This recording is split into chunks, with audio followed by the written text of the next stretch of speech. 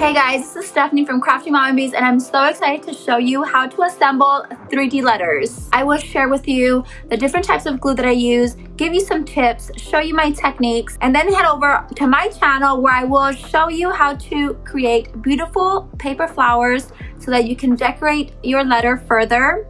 I might throw in some freebies in there too, so stay tuned.